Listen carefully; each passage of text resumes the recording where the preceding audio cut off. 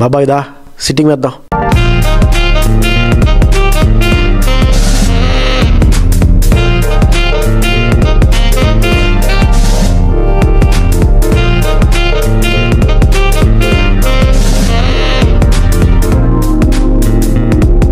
This is Vizag Fun Talks. It's not a podcast, it's a fun cast. నమస్తే, Vizag fun talks మరో podcast కి స్వాగతం సుస్వాగతం. ఇంకొక హోమ్ టెస్ట్ మ్యాచ్ ఇండియా ఒక పెద్ద టీమ్ తో ఓడిపోయారు. ఈసారి 123 రన్స్ కూడా చేయలేకపోయారు. అసలు ఇండియన్ బ్యాట్స్మెన్ టెంపర్మెంట్ తో స్పిన్ ఆడగలరా స్పిన్నింగ్ వికెట్స్ మీద అనేది మరొకసారి ఒక పెద్ద క్వశ్చన్ మార్క్ అయిపోయింది. యాక్చువల్ గా అసలు మనం చోకర్స్ లా అనిపిస్తున్నాం నాకు, అస్తమానం అలా ఓడిపోవడం వల్ల స్పిన్నింగ్ ట్రాక్స్ లో మినిమం కాన్ఫిడెన్స్ లేకుండా ఫోల్డ్ అయిపోతున్నారు. రిషబ్ పంత్ అయితే చాలా సాఫ్ట్ డిస్మిసల్, జడేజా కూడా ఏదో టెన్షన్ పడిపోయి బాల్ టో మీద తగిలించేసుకున్నాడు. అక్షర్ పటేల్ అయితే 4 balls లో 3 boundaries కొట్టి లాస్ట్ 2 balls సింగిల్ తీసుకోకుండా మళ్ళీ 5th ball పెద్ద స్ట్రైక్ వెళ్ళడం అనేది అసలు నాకు టెంపర్మెంట్ లేనట్టే అనిపిస్తున్నది.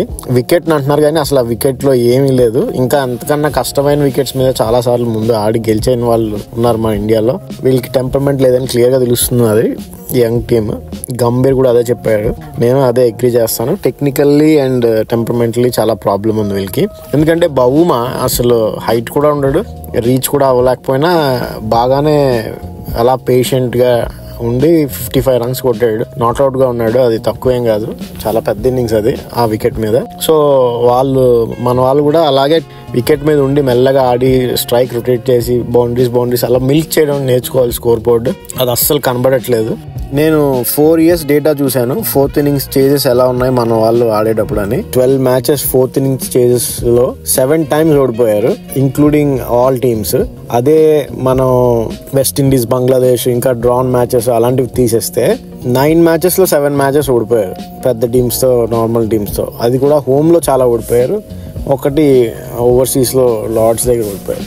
అంటే అంత వీక్ గా ఉంది. అంటే 58% ఆఫ్ ది మ్యాచెస్ చేజింగ్ లో 4th innings చేయలేకపోతున్నారు. ఇంకా బంగ్లాదేశ్, వెస్టిండీస్ తీసేస్తే 77.7% మ్యాచెస్ ఓడిపోతున్నారు. అంటే more than 3/4 of the matches ఓడిపోతున్నారు చేజ్ చేయలేక. అది ఎంత ఘోరమైన రికార్డో చూడాలి. 4th innings లో మినిమం ఎంత తక్కువ స్కోర్ ఉంటే అంతకన్నా తక్కువ ఆల్అౌట్ అయిపోతున్నారు. 120 ఉంటే 120 చేజ్ చేయలేకపోతున్నారు, 150 ఉంటే 150 చేజ్ చేయలేకపోతున్నారు, 100 ఉంటే 100 కూడా చేజ్ చేయలేకపోతున్నారు. అంటే వాళ్ళకి ఇదొక్క చోకింగ్ ప్యాటర్న్ కనబడుతుంది. అది మెంటల్ ప్రాబ్లం. ఎవరు రెస్పాన్సిబిలిటీ తీసుకొని టెంపర్మెంటల్ గా ఇన్నింగ్స్ క్యారీ చేయట్లేదు ఎవరు టాప్ ఆర్డర్. అసలు అంత 5-7 వికెట్స్ వరకు అలా రాకూడదు. మాక్సిమం 4-5 వికెట్స్ తోనే అయిపోవాలి ఇలాంటి తక్కువ చేజ్లన్నీ. 4th innings లో అన్ని తక్కువ చేజ్లే ఉన్నాయి. సో చాలా సీరియస్ గా తీసుకోవాలి. నిజంగా వాళ్ళు సీరియస్ గా క్రికెట్ తీసుకుంటే ఆడేవాళ్ళు దాని మీద వర్క్ చేయాలి. అంత ఈజీ కాదు. మ్యాచ్ లో ఉండి అక్కడ గడిపి ఆడాలి, ఒక్కరి మీదే అంత బర్డెన్ పడిపోయేలా కాకుండా.